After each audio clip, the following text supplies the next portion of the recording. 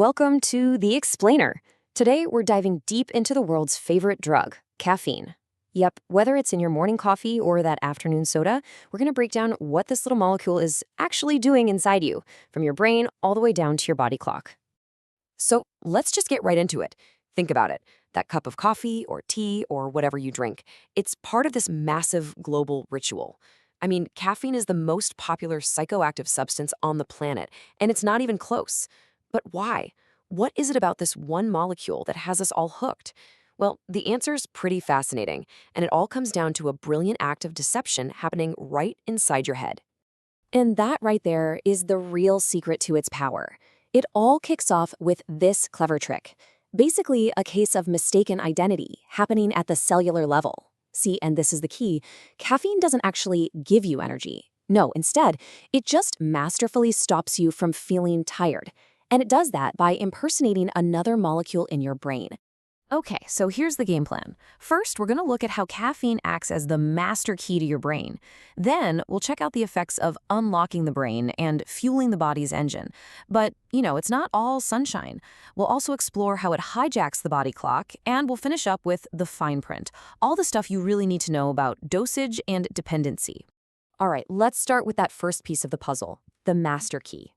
This is the absolute core of how caffeine works its magic. It is, for all intents and purposes, a brilliant chemical impersonator. And the molecule it's impersonating? It's called adenosine. So what in the world is adenosine? Well, the easiest way to think about it is like your brain's natural brake pedal. As you go about your day, you're working, you're thinking, you're moving, adenosine levels are slowly building up in the background. It's designed to eventually lock into these special receptors in your brain, which then slows everything down and tells you, hey, it's time to rest.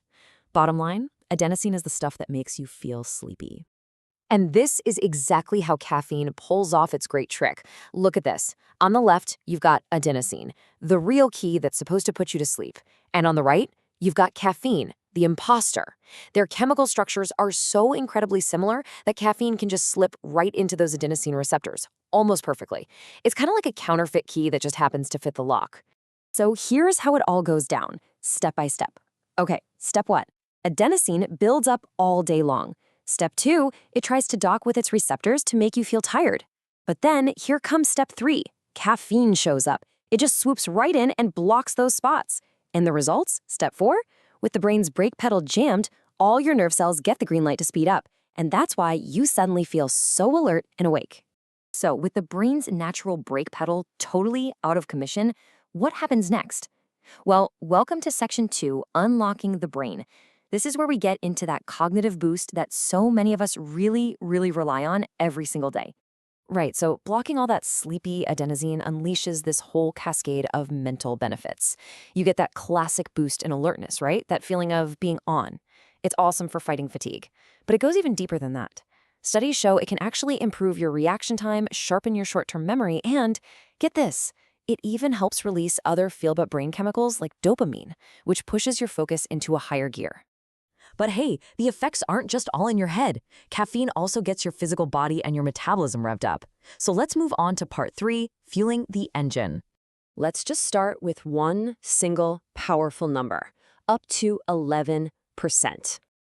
So what is that 11%? That's the potential boost you can get in your resting metabolic rate. And that's basically just how many calories your body burns at rest, just to keep the lights on. Now, I have to stress, this can vary a lot from person to person, but by giving this rate a temporary kick, caffeine can have a real impact on how much energy you're burning all day long. So what does that metabolic boost actually mean in the real world? Well, for some people, it can translate to burning an extra 150 calories a day without doing any extra work. Now, that might not sound like a ton, but you do that day after day, and over weeks and months, it can really start to add up. And this effect is a huge reason why caffeine is so popular with athletes. It's a proven performance enhancer for endurance sports. Think running, cycling, you name it. A big reason why is that it triggers your body to release adrenaline, your fight or flight hormone. This gets you primed for action by jacking up your heart rate and pumping more blood straight to your muscles. Okay, so we've covered a lot of the upside, but caffeine's powerful effects definitely come with a cost, especially when it's time to wind down. So let's dive into section 4, hijacking the clock, and see how caffeine can really mess with your sleep. You see, your body runs on this incredibly fine-tuned internal 24-hour clock. It's called the circadian rhythm. It controls your sleep-wake cycle, and one of the main players here is a hormone called melatonin. As it gets dark outside, your brain is supposed to start releasing melatonin, which is the signal to your entire body that it's time to get ready for sleep. And this is exactly where that evening coffee can cause so much trouble. Just look at this timeline.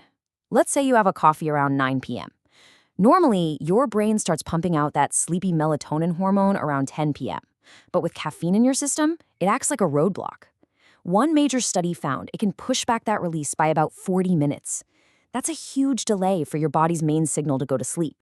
And that whole sleep disruption thing brings us to our final and maybe most crucial section, the fine print. Because with caffeine, it's really true what they say. The dose makes the poison. It's time we talk about how much is too much, dependency, and the other downsides. This chart really lays it out.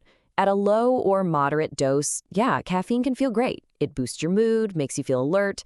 But when you start pushing into high doses, we're talking over 400 milligrams a day, which is the FDA's recommended limit, those effects can completely flip.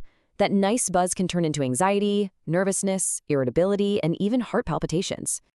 And here is the real catch with using it every single day. Your brain adapts. It builds up a tolerance, which means you start needing more and more caffeine just to get that same initial kick. And if you're a regular user and you suddenly decide to stop, oh, get ready for withdrawal. We're talking about pounding headaches, just crushing fatigue, and being super irritable. That is literally your brain screaming for the blocker it's gotten used to having around. So, after seeing how caffeine works, all of its magic and its mischief, it really all boils down to one simple question you have to ask yourself. When you look at your own routine, is your caffeine habit a useful tool that you control? Or has it become the boss? Definitely something to think about over your next cup.